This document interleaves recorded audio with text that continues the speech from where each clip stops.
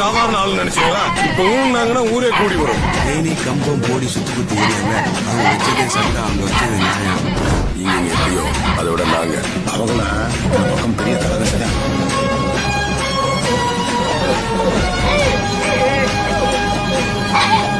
காசி எதிர்த்து நிக்கிறதுக்கும் செய்யறதுக்கும் உங்க யாருக்கும் தெரியும் கிடையாது. அவன் வச்சதான் சட்டம், அவன் சொன்னதான் நியாயம்.